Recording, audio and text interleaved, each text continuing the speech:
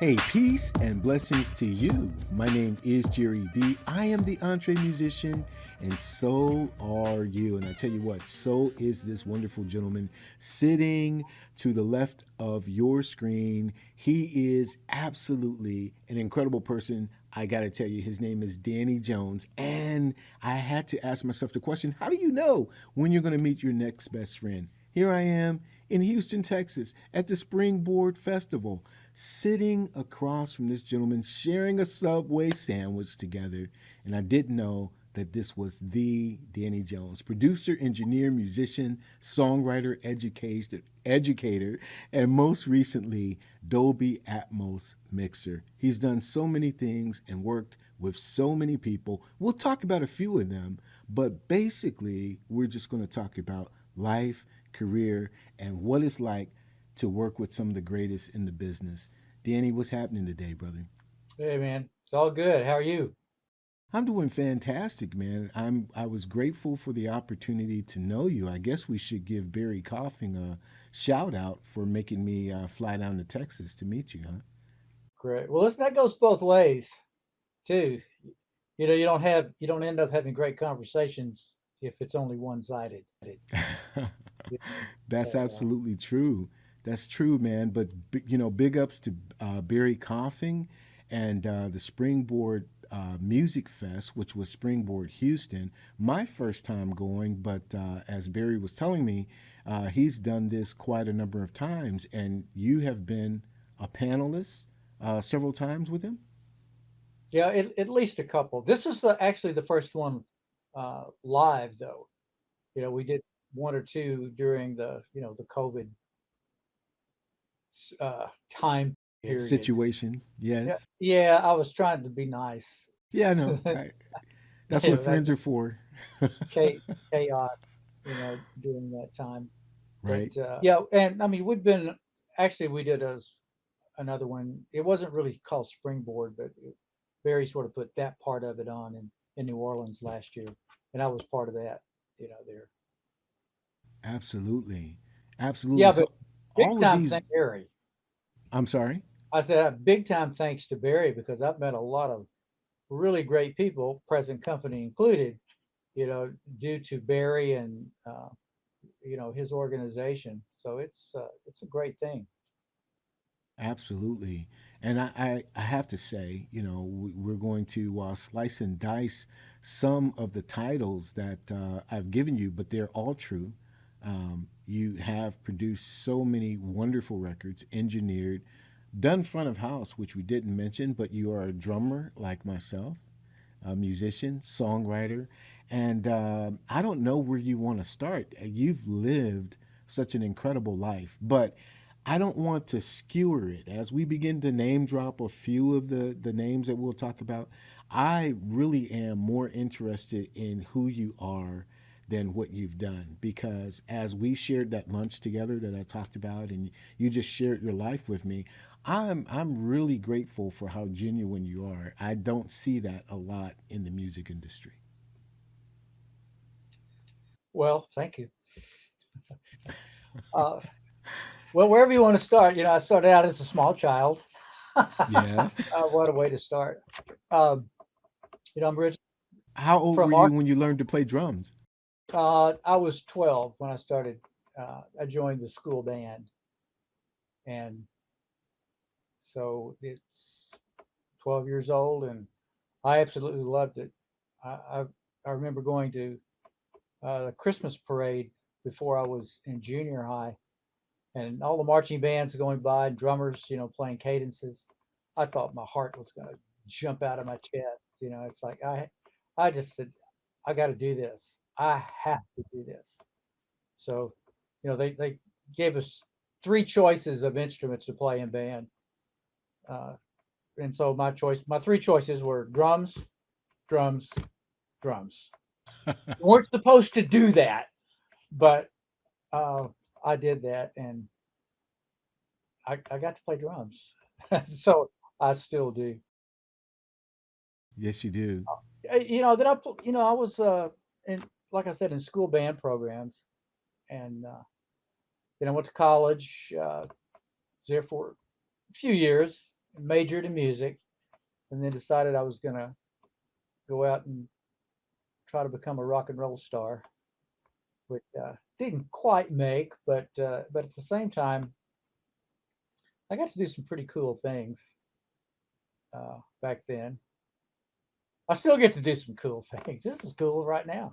Oh man, Uh, well, you've done beyond cool.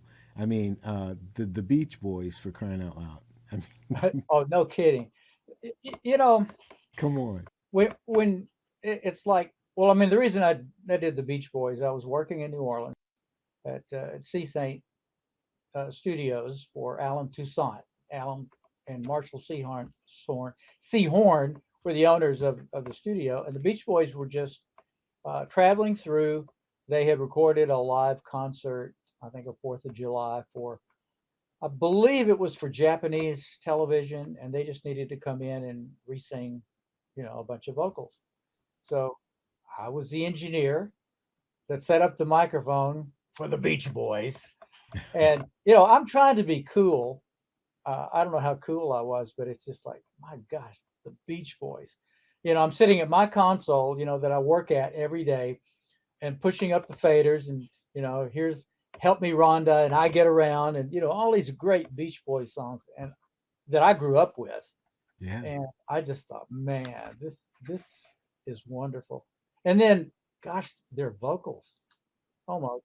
I asked, and not to get like technical on this, but By all Bruce, means, by all means, Bruce, please. well, Bruce Johnston came in first. He was sort of producing the session. So he came in an hour or two before the rest of the guys came in, and I said, "Well, how do you want to do this?" And he explained to me. I can't remember, 5, 7 vocalists. I can't remember exactly how many were coming in. And he said, "Well, just give me one microphone. Give me a Neumann U87, which was probably the most common popular vocal mic in those days." And he said, "Put it in Omni, which means it's picking up, all around. Yeah. And then give me like, again, I can't remember if it was like 5, 6, or 7 sets of headphones." And so I set all of that up. And so they all sang in one mic. And these guys getting their balances, I mean, they were coming and working the mic, backing up. I, I wish I would have had a video. It would be like, okay, singers out there, watch these guys. They know what they're doing. And they got this absolutely wonderful balance. I mean, the vocals sounded heavenly. I mean, when you think about all these Beach Boys harmonies, and they're Absolutely. all, on one microphone balancing themselves. And that was pretty incredible. That goes down to my list of sessions that, wow, for many different reasons. But those guys, absolute pros. Man, I can imagine. So I guess the next question I'm going to ask is not a fair one, but because we're down that balancing with one mic lane. So just about every DAW in the world has some form of auto tune or melodyne on it. So you've been there prior to these things, these technological inventions needing to be. What's your take on the singer that walks in and kind of that's a prerequisite that their vocal has to go through melodyne? Well, I think it depends the style that you're doing. I mean, so some songs. I mean, that is just literally part of the sound of the vocal. That's one thing. I don't have an issue with that. If people just depend, and listen, I've done records that I tuned every single note Mm, that came out of their mouth, and those are not my most fun things to do. I know how to do it, but to me, uh, and actually, you and I talked about this another time. Um, you need if you're going to go in, if you're going to be an artist, be an artist. Be good at what you do. If you can't sing and tune, maybe you should be doing something else. mm-hmm. Or like take vocal lessons.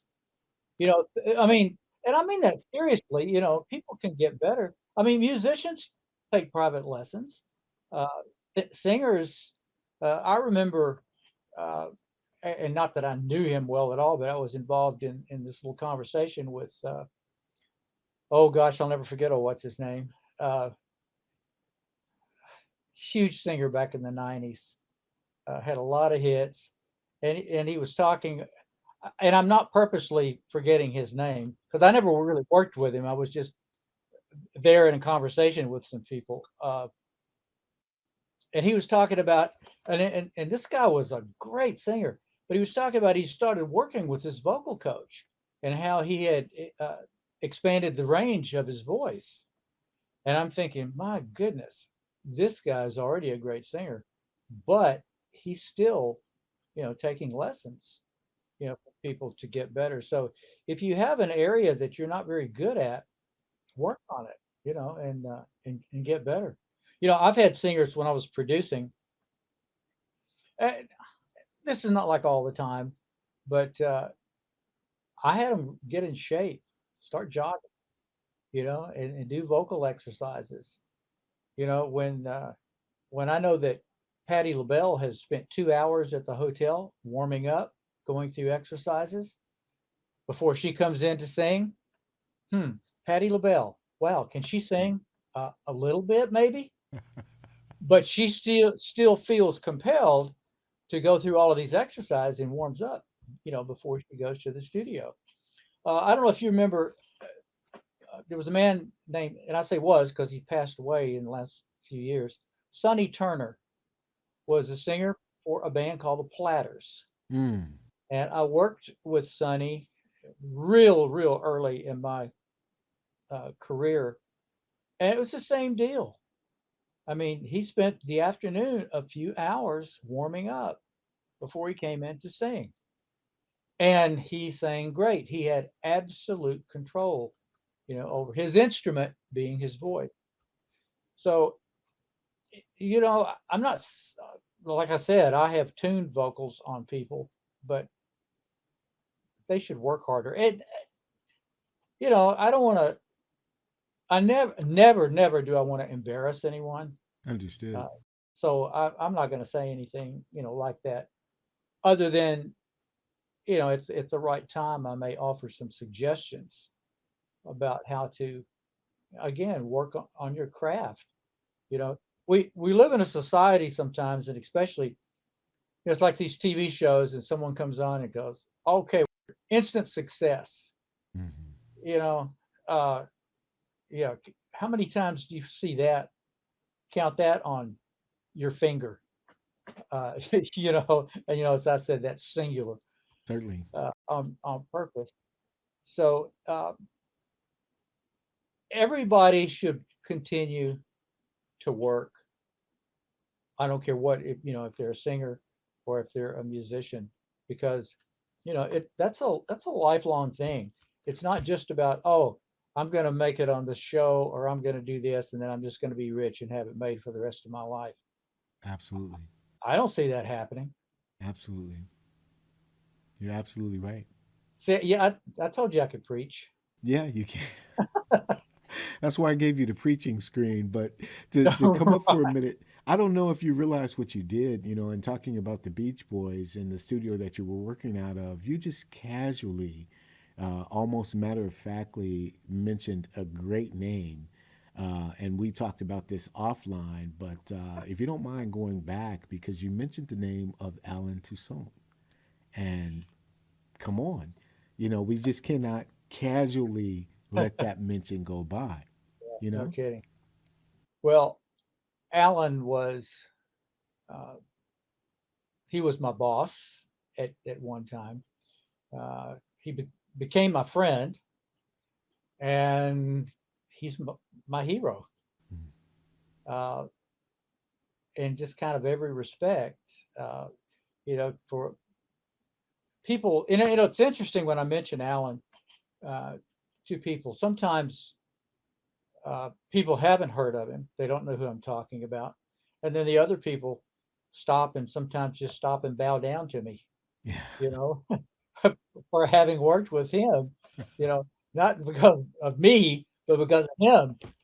But he was this really great songwriter. During the time that I worked for him, one of the people at BMI, Broadcast Music Yeah. Incorporated, uh, came down and we were talking, and they told me that at that time, Alan Toussaint had had more songs recorded and released than any other BMI songwriter. Wow. I mean, think Wow. about that. I didn't know that. Yeah, well, I'm just going by what I was told by, you know, a gentleman from BMI. But he was a great producer. He was also a great man, and I really mean that. I'm not sure that I've ever had any more respect for anyone. Certainly in the professional, I'm excluding family in that, but as far as people working with, uh, he oh gosh, he was such an inspiration to me, and I don't think anyone has had more effect and influence on me in in this profession, Yeah. than Alan did. And it's just kind of hard to explain. He was a very unusual man too, uh, but Well, I was going to I ask in what ways. So, you're working with him in the studio, of course, and you're watching him produce not only perhaps his music, but for other artists and whatnot, So, tell me a little bit, first and foremost, what you're picking up, from him as you're observing. And then the other ways that you mentioned out of the studio, just being himself, what you're picking up from him. well, his everything about him just was about excellence. You did the best that you knew how to do 100% of the time. There's no such thing as, well, this one's more important than this one. It's all important. Why are you doing it if it's not important? Right. And he would treat, uh, as far as giving his attention and uh, his work of excellence. It didn't matter if it was a Patti Labelle or John Doe from down the street. It didn't matter. If you're going to work, you're going to work to do the best that you possibly know how to do. And I just thought that was pretty cool. Uh, he was also, I don't want to say he was a taskmaster, but at the same time, I remember more than once a singer would say, "Oh, that's pretty good. Oh, listen, I messed up. Can we just stop and punch me in there?" And Alan would go, "Right, from the top, please." And those singers had to sing the song, boom, boom, top to bottom. Now, we still we would put together compilation Sure. takes of things in there, but he wanted a performance, Mm. not just, I think he told me one time, and he said, you know, we don't want to have a Frankenstein on this. It's true. Uh, it has to be a believable, performance. How can you argue with that?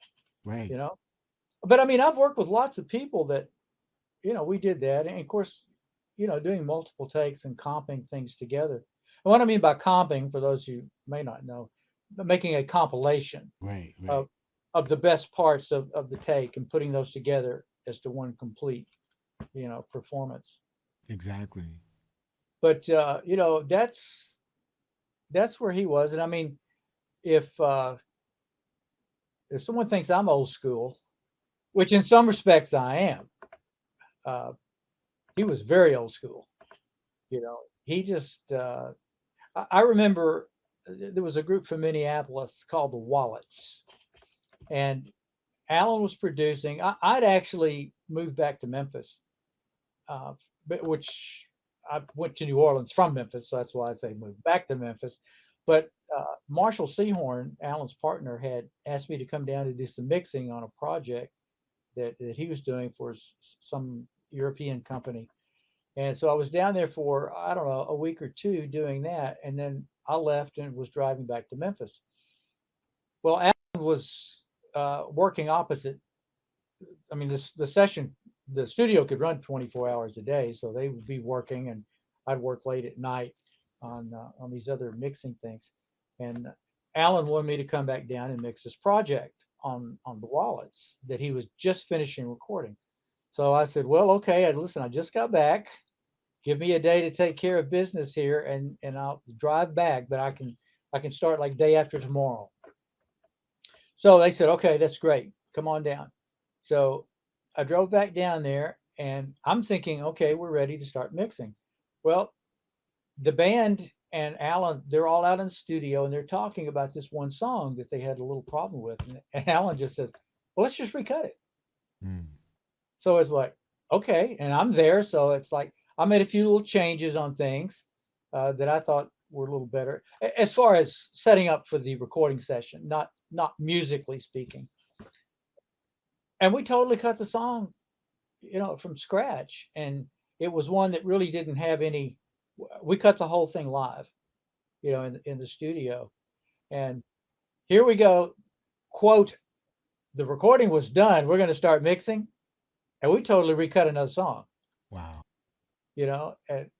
And it came out really, really well. And I'm not sure if there's any point to that other than that's just one of the things, that he would do. And another thing, he had no trouble singing people's praises. I mean, if somebody did a great job, he let them know. And he certainly did, with me, which is, I mean, I'm not sure that there's anybody I wanted to please more than Alan, Mm. because here's a guy that just big time earned my respect.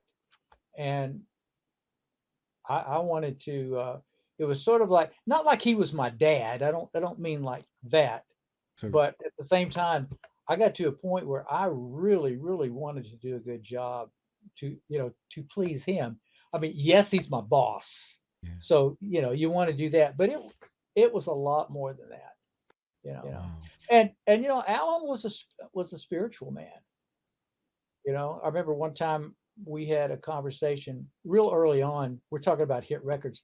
Like I'm there talking about hit records, which I'd never had uh, with Alan Toussaint.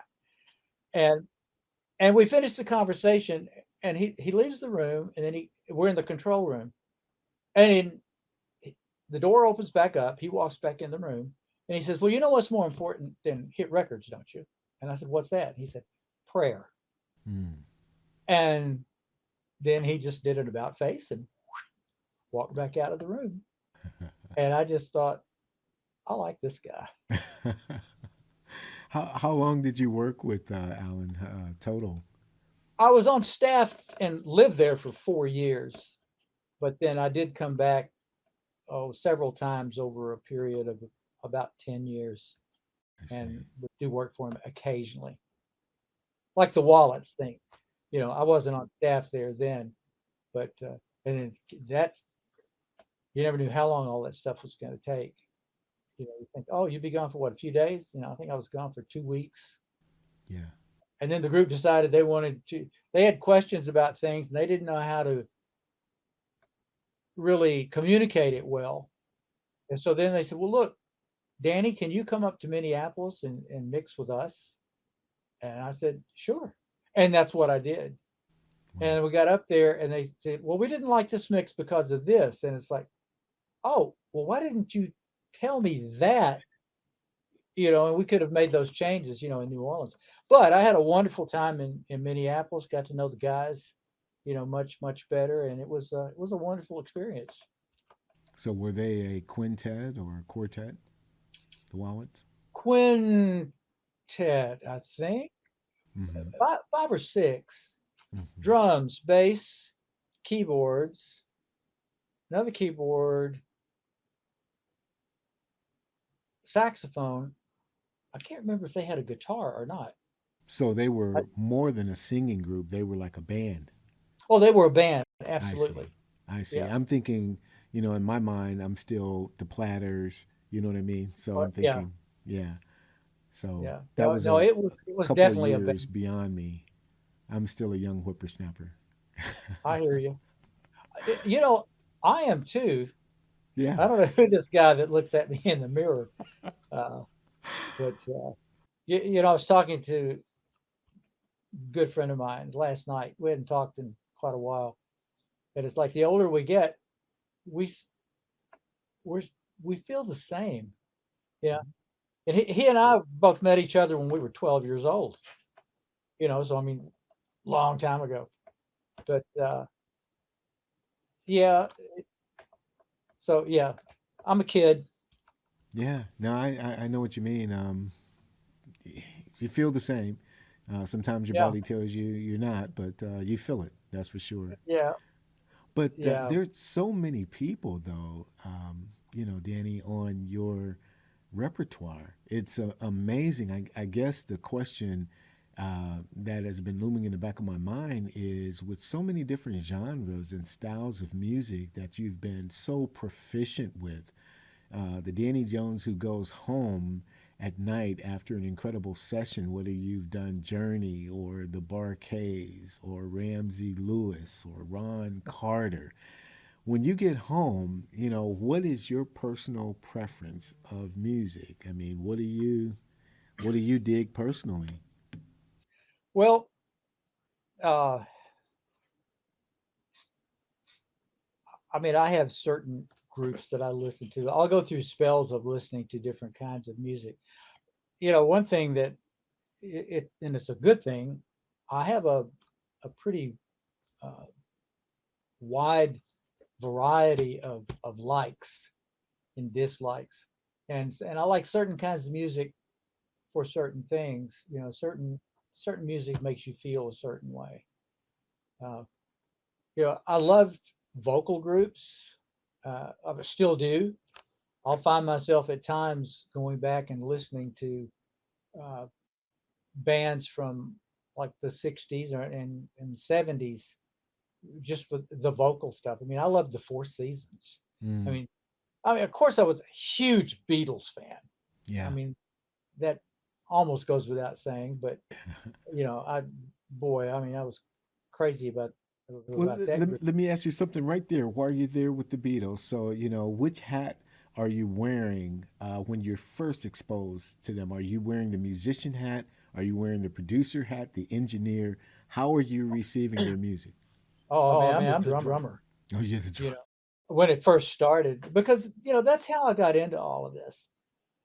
Um, I didn't even. I'd actually been in the business for several years before I even considered, you know, this engineering producing thing. You know, I was just not just, but I was a drummer. You know, you ask how I got into a lot of this. I mean, for the first several years, you know, I was an artist. I was a drummer. I played. I ended up in situations that I got to back up and play with a lot of folks. You know, I had this one job at this club in Memphis, and that's where I played with the Platters, the Ink Spots, the Drifters, the Coasters, Bobby V. Gee, man. Um, I'm probably leaving out some, but also sharing the stage like opposite sets on this with Little Richard, Fats Domino, uh, Bill Haley and the Comets, Jackie Wilson. Gee. Uh, I mean, I thought I had just kind of gone to rock and roll heaven, you know, talking about uh, a uh, a learning experience, you know, in American rock and roll, Mm-hmm. you know, was terrific. And then I went out and then I did a lot of road work, especially with Bobby V, who and had another big strong influence on me is because he's really the first person I traveled around with, and so that's my it wasn't my first, but among my first like sports arenas and coliseums and that sort of things. You know, doing like oldie shows, Yeah. uh, and out of that I ended up playing drums for Bo Diddley, and I worked with Bo off and on for 20 years. And I mean, I laugh sometimes too. I read some of this stuff and I laugh and I chuckle and I go, I don't know if I believe this guy or not if I was reading about him. Did he really do all that stuff? Wow. And but when you connect the dots, and the time period, because I've been doing this a very long time, it's like, well, okay, this is believable because I actually really did do it. I didn't make it up. But getting to work with all those folks was, I mean, talk about wonderful experience. Uh, Absolutely.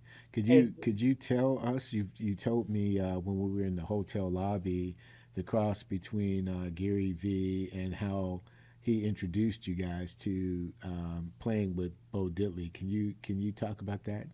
oh yeah, we would do o- occasionally with Bobby. We would get on these what we refer to as oldie shows, and it would be a lot of acts playing. Everybody get on and do their what 15 minutes, 20 minutes, 30 minutes, depending on how big you were. Uh, and every once in a while, Bobby, in this one time, Bobby called and said, "Hey, listen, you want to pick up some extra money, playing behind some other acts?" And I'm a hungry musician. Well, of course, yes, please, thank you. So on that show, I played with Danny and the Juniors. If you remember, at the Hop, and one of the couple of our other guys played with Lloyd Price, but then Bo Diddley, and it was. Did I tell you the story of our rehearsal? Yes, you did, but you have to tell That it that was, here. but you don't want me to tell it here? Yes, I do. Oh, Absolutely. okay, Yes, all definitely. right, okay. So they say, well, actually, it was in Ohio. Your state, outside of Columbus.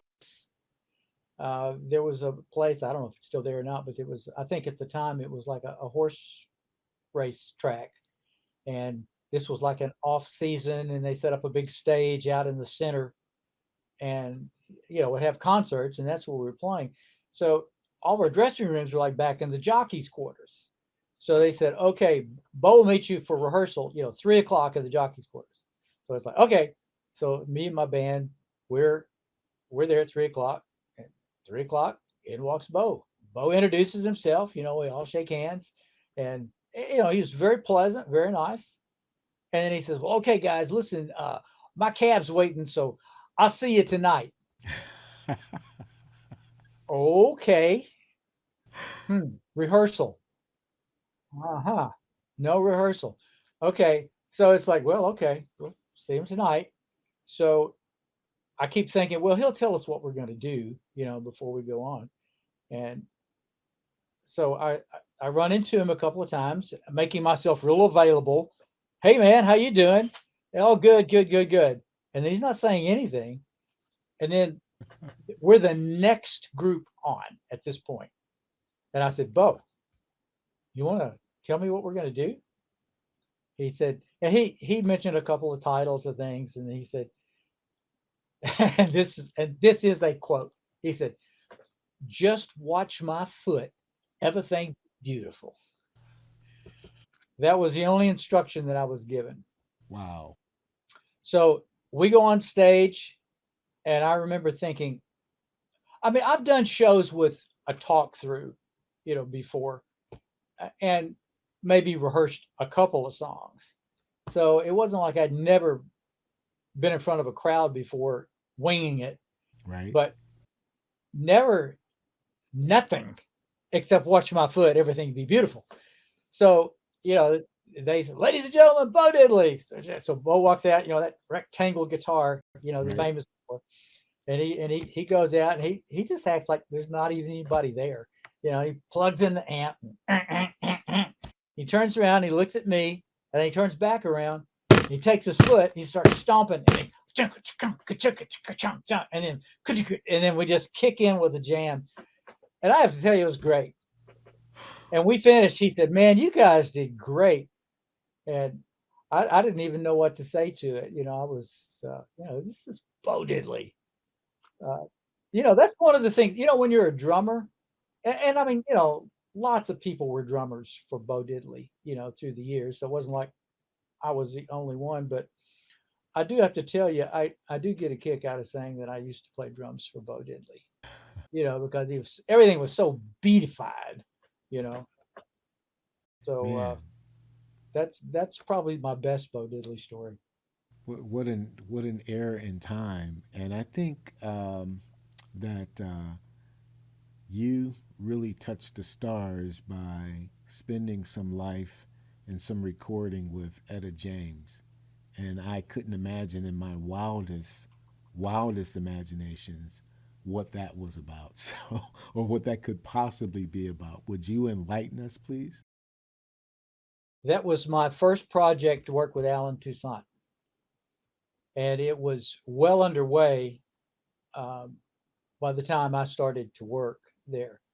I mean, most of the tracks had been cut, but I cut a few tracks with him, and then I mean, on her, but most of the album had already been recorded in terms of the basic tracks of the song. Not everything finished. I don't think anything had been finished, but I ended up, working with that, and all of the musicians on it were New Orleans musicians except Etta. So everybody knew I was the new guy, and Etta was like a mother hen. She was telling me things to get in good with Alan, and I mean she went so far out of her way to be nice to me. And I remember thinking, my God, this is Etta James. It's her record. And she's doing all this to make me feel comfortable. And then even after that album, uh, I saw Etta several times afterwards, and she just always was so nice. So when you say Etta James to me, man, that lady was special. Forever and ever, I will be thankful to her. That's so beautiful. It really is. I don't It, say that about a lot of people. I guess you don't, but man, I mean, just to think about it, I mean, I used to as a kid, whether they were my grandparents' record collections or my mother's record collections, I was always reading liner notes. I just, that was a thing for me, and reading your credit list on your website takes me back to that time. And you said it yourself earlier. It was like, did he really do all of that? But to see and to hear you talk about it, and of course, we had time back last week when we were together in Houston for me to kind of pick your brain, and you were just so generous with all of these wonderful stories. I'm so grateful that you're sharing them now, but I don't want to like milk you of everything that you have. But there was one wonderful thing that you did while I was down there. You and Dave. First of all, you introduced me to Texas barbecue, so Yes, you indeed. graced me with a wonderful brisket. Welcome to Texas. Yeah. But you brought me over to Across the Road Studios and you blew my mind with this Dolby Atmos, which I was only hearing, about from YouTube. Never got close to a studio, and I don't, I still don't know how to describe the experience. Now, there you are sitting in the studio. What is your best explanation of what this nonsense is? Because it's incredible. How did you get started in it? And what in the world is going on? I can't even ask the question. I mean, what the heck? That's a Well, good question. What the it, heck, Danny? what are you guys doing? It all of this, and I'll say all of this because there's Dolby Atmos. Sony has their 360. Well, I should know that total title, but at the moment it's escaping me. But it comes under the heading of immersive audio. So you're immersed kind of in the middle of what's going around. And there's different approaches to how it's mixed. Now, this room here, We have what's called a 7.1.4, which means there's 7 speakers. I have a left, as I'm looking at it, left, center, right, left, mid, left rear, right mid, right rear, 4 speakers in the ceiling, and that's sort of 2 in the front, 2 in the back, and then a subwoofer. And when you're mixing, you you place sounds in different places so that you sort of feel you can feel like either you're sitting at a concert and you're hearing everything. Like if you think about a concert hall that you're in, you're going to hear the reflections off the walls, like to the sides and to the rear. But then you also have a different perspective. It's like if you're sitting in the middle of the band, so that you hear one person here, but you hear another person over here or over there. And so that's what we do. It's a little bit, since we're in, as far as music mixing is concerned, we're still somewhat in the new stages of it. So we refer to this as the Wild West. We're trying to figure out, almost anything goes, but at the same time, the integrity of the music still has to be there. When it was first introduced in film, it was for movies, so you could do things like, wow, here's a helicopter flying over, and you could hear that. Well, so far I haven't mixed anything with a helicopter flying over, in music. So it's it's a challenge. I mean, it's fun, but it's also there's a lot of learning. And just because you can do something doesn't mean that you should. And that's where the art comes in, to all of this. Not Yeah. not just mixing Dolby Atmos, but this has been a really exciting slash frustrating Mm. slash rewarding experience, because it it takes a while to get a handle on this. And when you're somebody that's been a mixer for decades, you think, oh, I'm a mixer, yeah, this Dolby Atmos thing, I got this. And then you go in there and you go, he just kicked my rear. Wow, what a terrible mix. uh, or maybe not terrible, but just not it yet. Trying to figure out what is the best way to approach this where people hear it and go, wow, this is really cool, not just a gimmick. Gotcha. Because if it's just gimmicky, that's not going to stand any test of time. And especially some of the things that I'm doing, some of the things I'm doing now, it's brand new music, that no one's ever heard before, and some other things that lots of people have heard before, as you know. Sure. And you have to be true to that, give it a little different listening experience, but you're not trying to totally reinvent the wheel with this. The people who love the record to begin with better still love the record when you're finished with it. Absolutely. Well, so on the way back on the plane, I was thinking about the end user experience, because when I was down there, and by God's grace, and your generosity, I'm sitting in the same spot that you're sitting in right now. Yeah. So I'm in the quote unquote sweet spot. But I'm thinking about the end experience. So I think Dave, your business partner, he shared that cars are coming out with Dolby Atmos, and that's easy to see because you're sitting in a driver's seat. You got the speakers up above you and around you, but in the home environment, if you're not in the sweet spot, you know, how are you as the mixing engineer thinking about the person that's kind of walking around or maybe not in an ideal location where he or she is just sitting dead center? What happens so that you can capture the experience from wherever you are in the room? Well, and that's a great question I had a long comment. plane ride. Yeah. Well, and you know, these are part of things that I think about when I'm mixing, because I can come up, and I have before, especially back in the old days when people were doing like 5.1, Yeah. for about 15 minutes, and then it just died out. Yeah. Uh, and I thought, oh well, wouldn't it be great just to, to have that voice right here?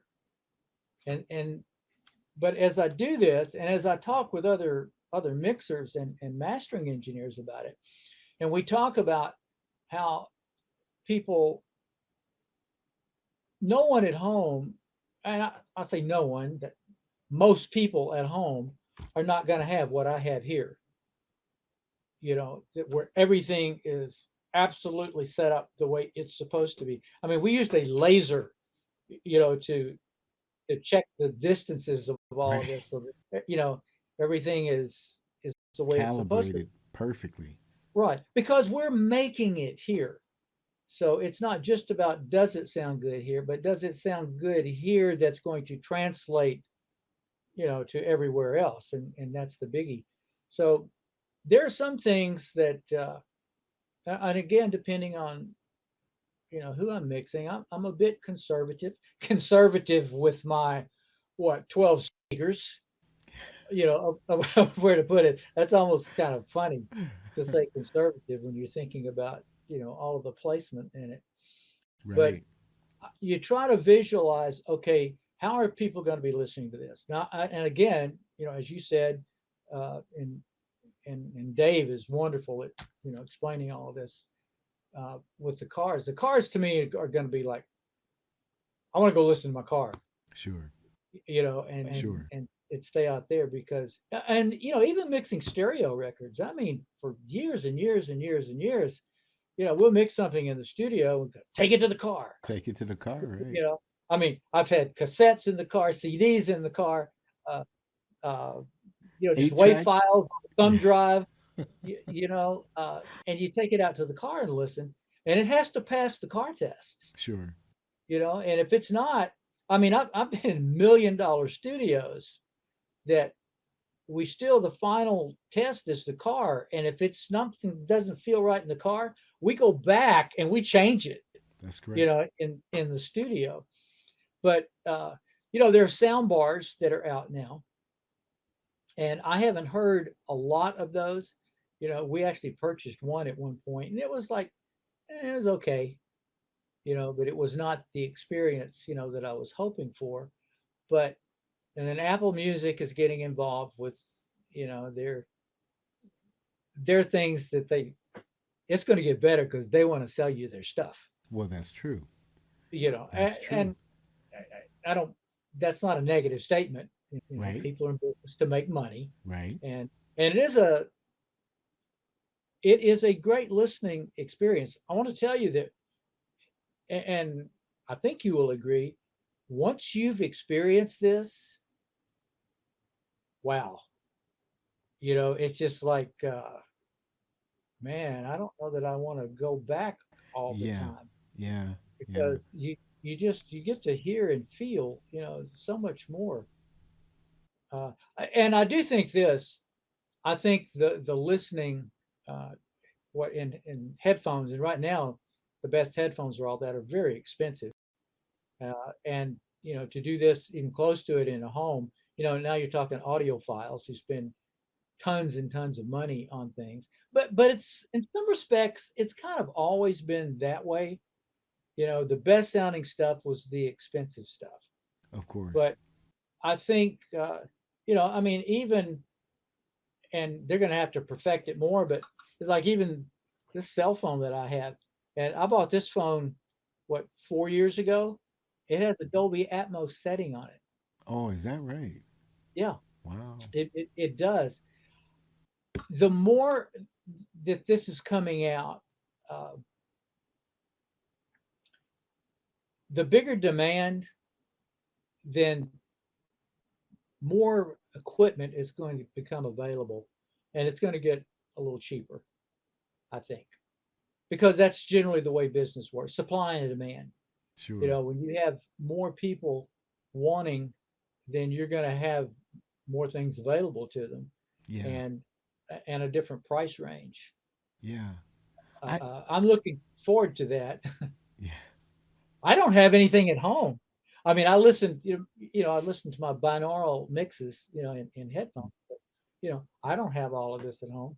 I mean, I'm fortunate because I can, get in my car and 15 minutes later, I Be do have there. this, But, this is not convenient all the time. But it's everyone I've talked to, it's not a matter.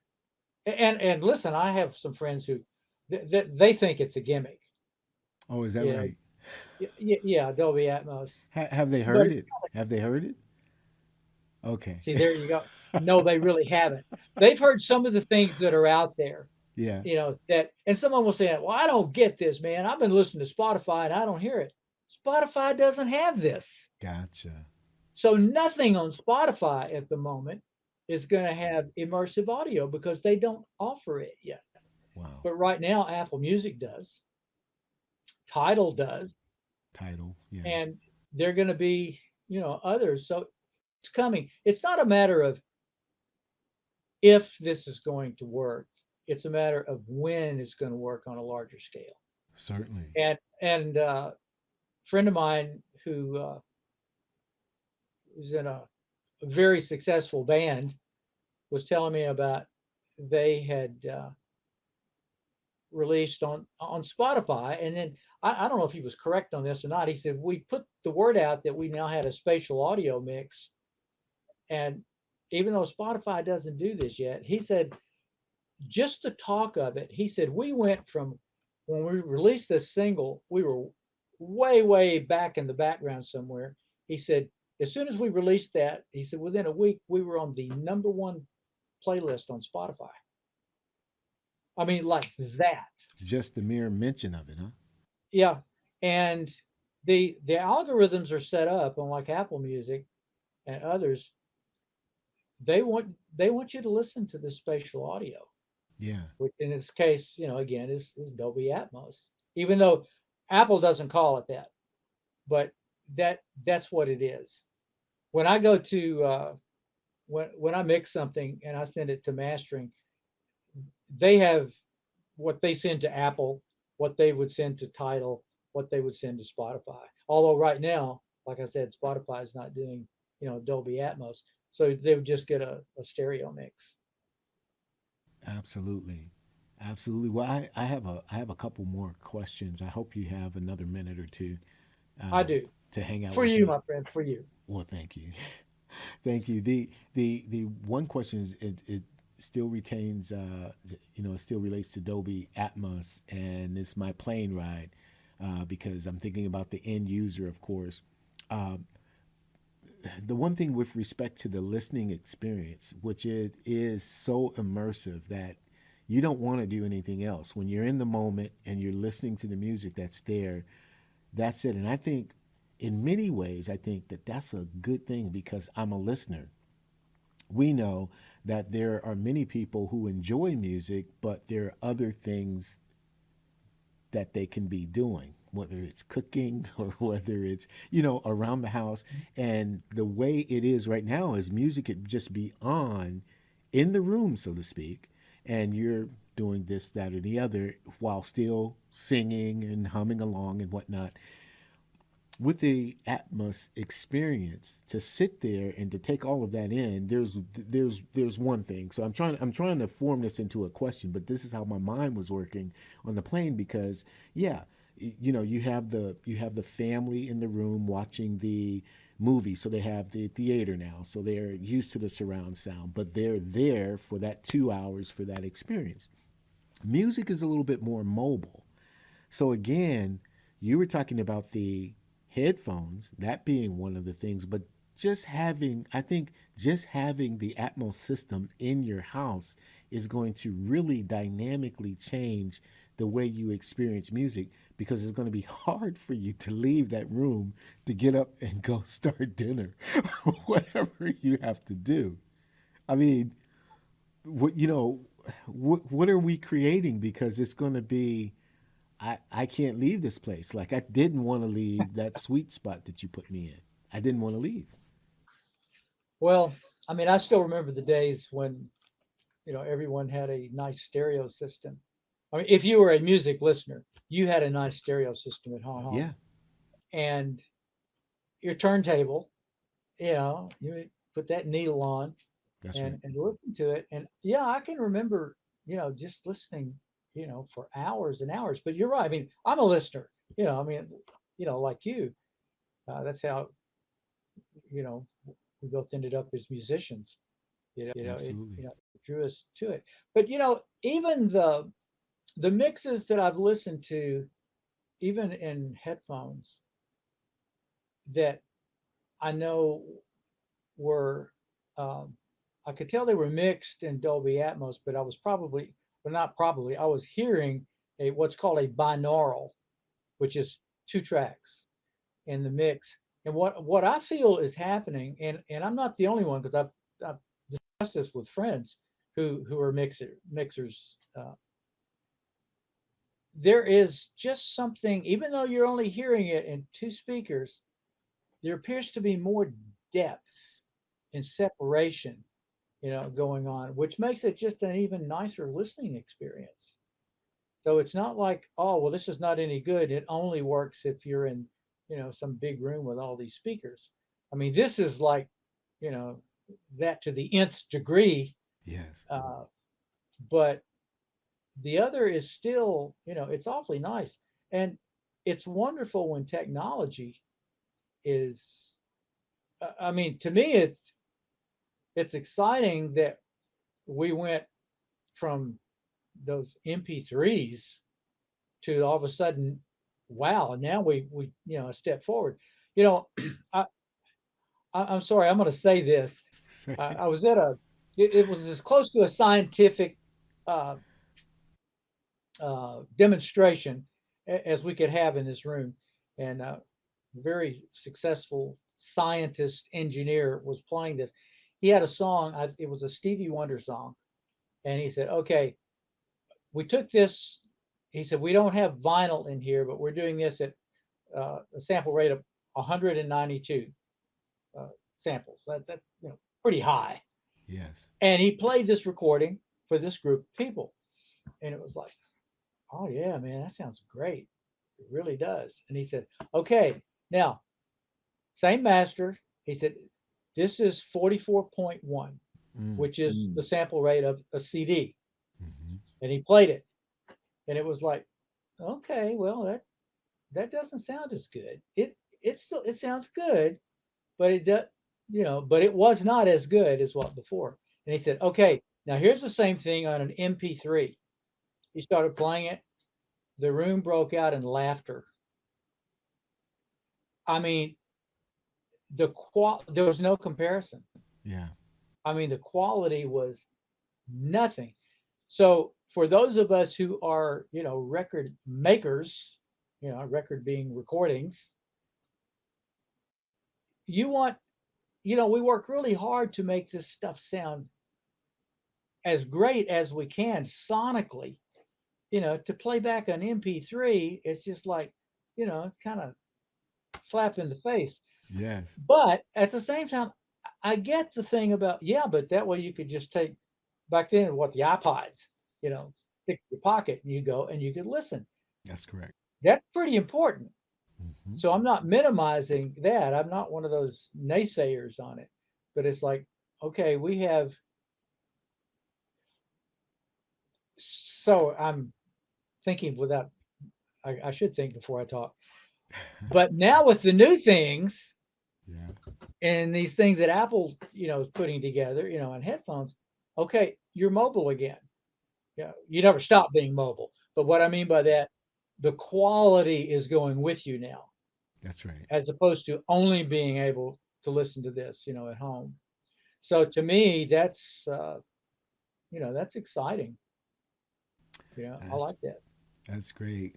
Well, I appreciate you sharing all of that, and I know that this won't be our last conversation. I know that, and Oh yeah. I'm Hey, grateful. let me make one other comment, Certainly, if I may. you may. So, Absolutely. and this is like for people who are, just getting started or trying to make it make it in the business, whatever that means. Uh, We're still trying to figure that out, man. well, yeah, but one of the things that I did early on, you know, there's several things. First of all, I worked really hard. I mean, I tried to do the best I knew how to do every single time, and I tried to learn from everybody and try to do it, with a great attitude. So I think about, some of the times that I was hired to do things, and I got it because for one, I was there, I was around, and I talked to people. I went out and I met people. Yeah, I met booking agents. I knocked on doors at studios, yeah, yeah, and you know what? Lots of people told me no. People look at it, and sometimes people will use hurdles to jump as excuses. Well, I couldn't do it. Well, they didn't like me because I was too tall or I was too short. yeah, You know, I yeah, was green or blue or black or white or brown or and said, well, maybe they didn't like you because they didn't need you at the time. Maybe it had nothing to do with you. It just had to do with, well, I can't hire anybody, and we don't have room for this. Or maybe they didn't like you. I've met people who wanted to intern with me before, and I'd meet them and I go, I don't want that person in my session, there you go. you know? And I mean, it doesn't mean that they were a horrible person, but, there's certain personalities that people Synergy, want to be man. around. Right. So I just say that to anybody that, is having trouble, you know, make sure that you're not the problem and go forward. And also don't take it personally if someone says no. I mean, I'm not kidding. Yeah. I was told no a whole bunch of times. And just go, okay, well, thank you very much. Every time I was told no, I was polite, Mm-hmm. you know. And one guy, one guy told me I was a fool one time for thinking I could get into this whole engineering producing thing. And a few years after that, he was calling me and asking me if I could mix this band he was managing. I do have to tell you, I never said a word to him, but I got a kick out of that. I'm sure. I really did. So again, I just say this to be, hopefully encouraging, to anybody and everybody out there. You're not going to get everything. Not everybody's going to tell you yes. That's right. And, you're not always going to do everything perfect. You're going to make mistakes along the way. Boy, I sure have, Yeah. but you don't just stop, you get up, brush yourself off and, you know, moving forward motion. Man, And I'm for everybody. It's a that's right. big world out there. There's a lot of people. There's lots of room for a whole bunch of folks. So again, I like to try to be encouraging when I can. That's spoken like a true entree musician. Never give up, handle rejection well because rejection will come, know what to do with it, and move forward. Now, my final question for you, and I ask everyone this, every podcast, so I'm not just picking on you, okay? But you've done a tremendous amount of interviews, and you're always asked a particular question, whether it's about your craft, your life, who you worked with, etc. But somehow you were expecting me to ask this question, but I did not ask it. Would you like to answer the unasked question? It's like I knew Jerry was going to ask me this and I didn't. Actually, I don't know what the question is. Gotcha. Well, I guess I did my job because I tried to ask questions that I'd seen you on other interviews and they did not particularly ask you that. So I was trying to be complete. So I think I did my job. Very cool. Okay, great. Yeah, well, I just want to I want to answer whatever question and any question that you might have. Yeah. I do come at this from different angles. Uh, I've been very very blessed uh, with I've worked with some of my heroes. Some people became my heroes, and I've been able to make a living. Uh, at times humble though it has been at times, but making a living doing things, that I really enjoy, Yeah. and I still get to do it. And even though I've been doing it a long time, I still get excited, about this. And there's some days it's like, okay, hurry up, get up, go, go to work, go figure this out. And so I hope that I covered everything, You did. you know, that you wanted me to say in this, or that you were Absolutely. looking for. Whether it's, sometimes you never know what kind of answer you're going to get, but Well, I just enjoy great conversation, and like I said before, I mean, just let's go back a week to sitting across from each other at the Subway shop across the street from the hotel, and oh just yeah. talking about life, and that's Well, what could get any better e- than that. listen, this is what this is about. I mean, this whole music thing, it's about when you're making music, you better connect with the listener on some level, either intellectually or emotionally, physically. And if you don't, then it's just a bunch of notes, you know, and and and nobody's going to buy it. Nobody's going to buy a ticket, to go see you or hear you. So it's about relationships. It's this is an emotional uh, art that I Absolutely. guess all art is emotional. I didn't have to use that word, I but guess I don't know. I don't know. I've seen some art and I've listened to some art that, well, that'll be on our next podcast. Okay.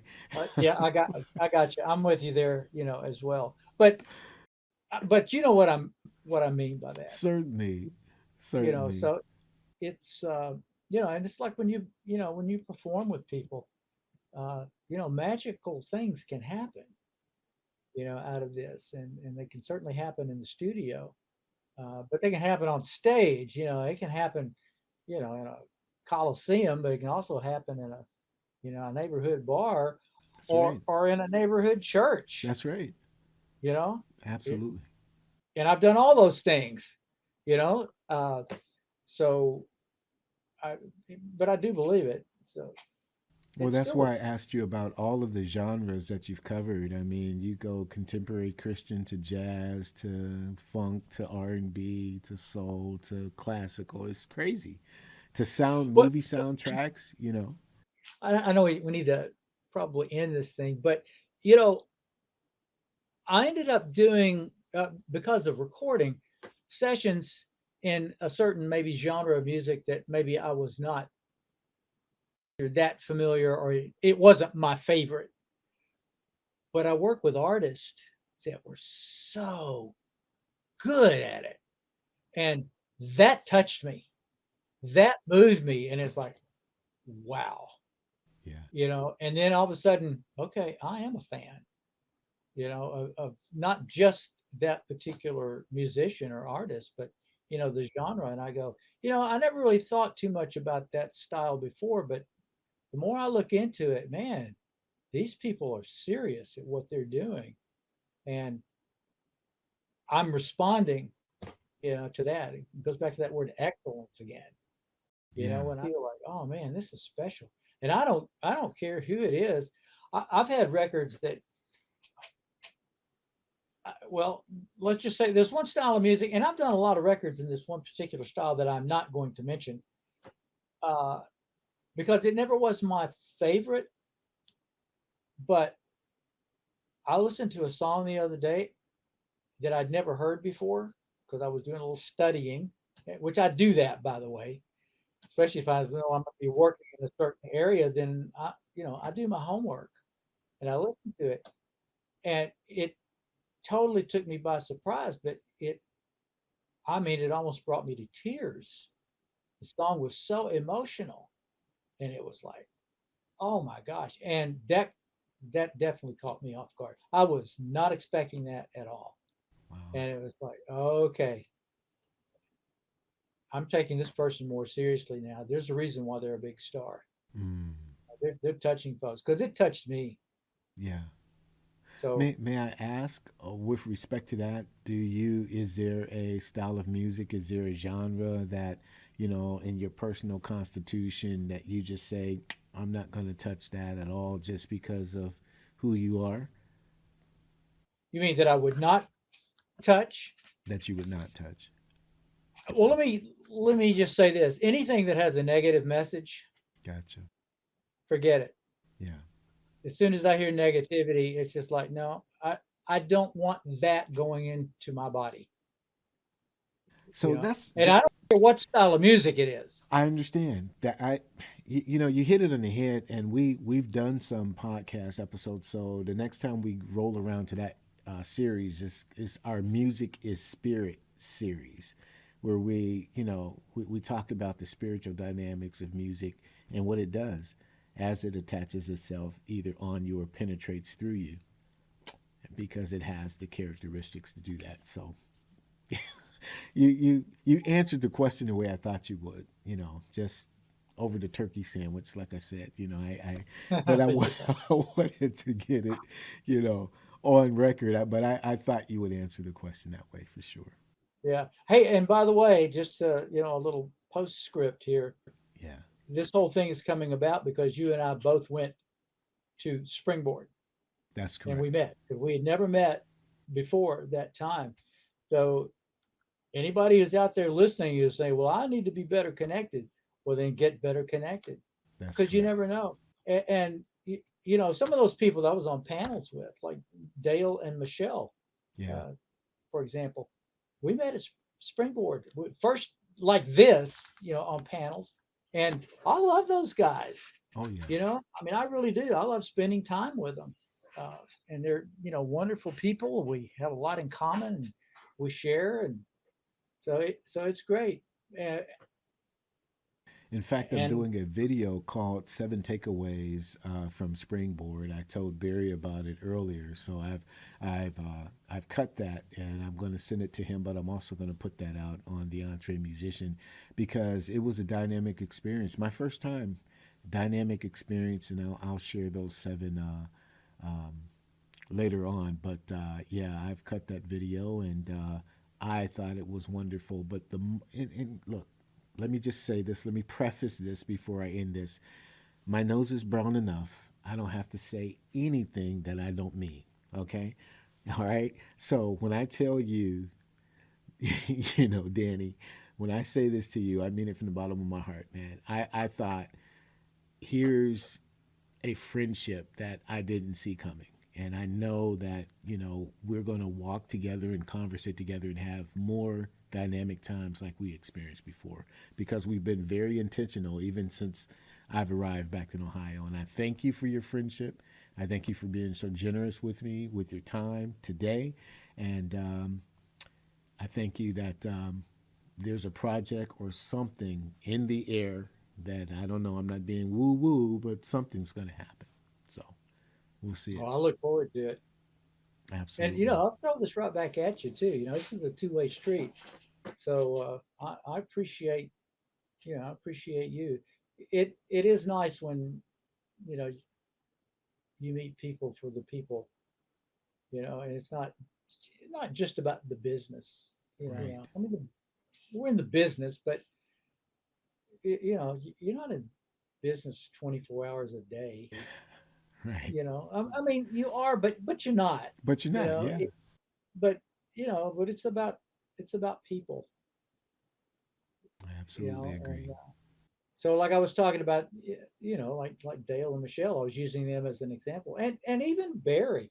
Yeah. Barry and I, gosh, we knew each other a few years before we ever even got together. And then, one day, I keep listen. I have no trouble talking. My trouble is like, okay, be quiet. But Barry and I find out that we live 10 minutes from each other. Oh wow. And finally said, we keep talking about getting together. And because I asked him, I said, where do you live? And he told me, and I said, we live about 10 minutes from each other. So let's meet at Starbucks. So we met at Starbucks and had a quick 4 hour coffee. Yeah, and That's and easy then with Barry. 4 hours well, is nothing. That's oh yeah, well yeah, Barry's not a wallflower. flower, you know. Absolutely. But man, we've been working on some great things. But that's for another time. I'm gonna be quiet now. That's quite all right, man. Well, this only leads to part two. So whenever part two happens, this is Danny Jones. You can reach him at DannyJonesProductions.com. Reach out to him. He's accessible. You can go in on the website and find out what he's doing in Dolby Atmos. We didn't talk about him being an educator, but beautiful things he's doing in the school systems and whatnot, and private lessons when he's available for them. So everything's on point. This is my new best friend. This is Danny Jones Productions. And Danny, we'll see you soon, my friend. I look forward.